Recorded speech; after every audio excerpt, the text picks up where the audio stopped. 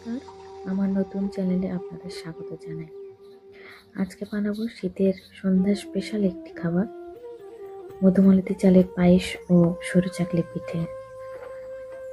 প্রথমে কড়াইয়ে দুধ দিলাম, এরপর 4টে ছোট এলাচ দিয়ে দুধটাকে 1 মিনিটের মতো জাল দিয়ে নেব। তারপর 1 কাপের মতো মধুমালতীর চাল, সেটা 15 থেকে 20 মিনিট ভিজে নেওয়ার পরে এটা দুধেই সিদ্ধ করে নেব। এটা জলেও সিদ্ধ করে পরে দুধ দেওয়া যায়, তো আমি দুধেই সিদ্ধ করি, এতে টেস্ট আরও ভালো আসে। এটা সিদ্ধ হতে মোটামুটি 20 থেকে 30 মিনিটের মতো লাগবে। তো আমার রান্নাগুলি যদি ভালো লাগে তাহলে অবশ্যই একটি সাবস্ক্রাইব করে দেবেন।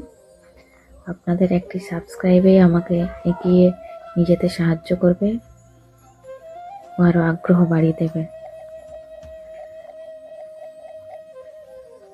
কিছুক্ষণ পরপর দেখতে হবে যে লেগে যাচ্ছে কিনা তলায়।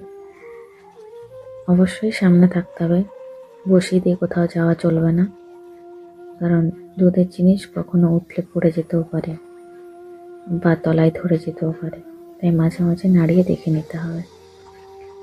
চালটা কতটা সিদ্ধ হলো একটু দেখে নিই। হ্যাঁ, মনে হচ্ছে সিদ্ধ হয়েই এসছে। হ্যাঁ, সিদ্ধ হয়ে গেছে। এরপরে 4 থেকে 5টার মতো বাতাসা একটু দিয়ে দেবো। এটা আপনাদের চয়েস, দিতেও পারেন না দিতেও পারেন। যেহেতু বাতাসা দিয়েছি তাই চিনির পরিমাণটা মাথায় রাখতে হবে। 5 টেবিল চামচের মতো চিনি দিলাম। এরপর চিনিটা গলা অবধি অপেক্ষা করব।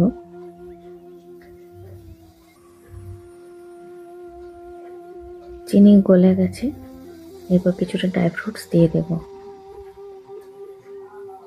এরপরও 2 মিনিটের মতো রান্না করার পরে একটু থকথকেই নামাবো, যাতে ঠান্ডা হওয়ার পরে খুব একটা শুকনো না হয়ে যায়, কারণ পায়েস ঠান্ডা হলে একটু শুকিয়ে যায়।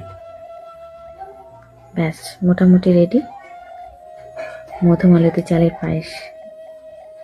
এরপর বানাবো সরু চাকলি পিঠে। তার জন্য আতপ চালের গুঁড়ো নিয়ে নিয়েছি, স্বাদ মতো নুন দেবো এতে। এরপর পরিমাণ মতো জল দিয়ে ব্যাটারটি তৈরি করে নেব। এই চালটা ভিজিয়ে বেটে নিলেও হয়, আমার শুকনো চাল ছিল গুঁড়ো করা, তাই আমি আলাদা করে জল দিয়ে ব্যাটার তৈরি করলাম। এরপর তাওয়া বসিয়ে দিয়েছি গরম হতে, গরম হয়ে গেছে। এবার বেগুনের পিছনের দিকটা কেটে নেব। কেটে নিয়ে সাদা তেলতে মাখিয়ে দিলে ভালো পিঠেটা উঠে। আস্তে করে দিয়ে দেব। এবার আমি বাটির সাহায্যে মেলে নিচ্ছি।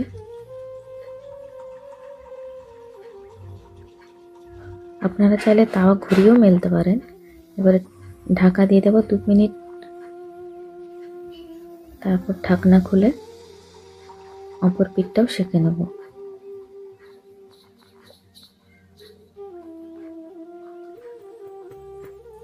দশ থেকে 15 সেকেন্ডের মধ্যেই উল্টো দিকটা হয়ে যাবে। এভাবে এক এক করে বাকি পিঠেগুলো সেঁকে নেব। ব্যাস, কমপ্লিট।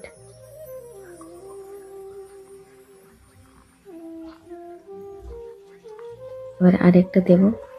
হ্যাঁ, চালের গুঁড়ো যেহেতু এটা তলায় বসে যেতে পারে, তাই অল্প করে জল ব্যাটারে দিয়ে দেবেন যদি বসে যায়।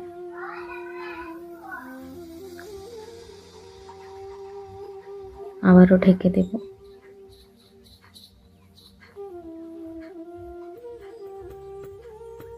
ধৈর্য ধরে এটা অবশ্যই করতে হয়, কিন্তু বানাতে বেশিক্ষণ টাইম লাগে না।